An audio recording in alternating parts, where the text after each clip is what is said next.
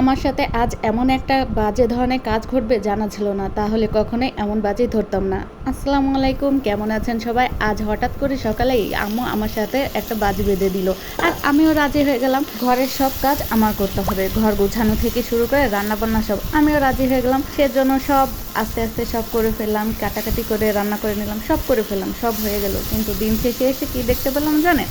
আমার সব থেকে বড় একটা ক্ষতি হয়ে গেছে। তার আগে একটা কথা বলি, কেননা আম্মুর জানা ছিল না তার মেয়ে বাইরে থেকে এসেছে, তার মেয়ে হোস্টেলে থাকে। কম বেশি সবাই রান্না করতে পারে, কম বেশি সবাই কাজে পারদর্শী হয়, কেননা লেখাপড়ার পাশাপাশি তাদেরকে একটু হলেও রান্না করে খেতে হয়। ঠিক আমিও তার ব্যতিক্রম নয়, আমিও তার মাঝে।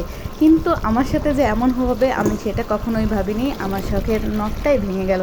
এখন ভালো নখ দিয়ে আর কী করবো, পুরোটাই কেটে ফেললাম। তো এটাই হচ্ছে আজকে আমার সাথে হলো। কেউ এমন লোভে পাপে বিকতে একটা কথা আছে না, কেউ এভাবে করবা না, না পারলে নাই, কিন্তু তাই বলে এভাবে বাজি বেঁধে কাজ করতে গেলে এমন ক্ষতি হবেই।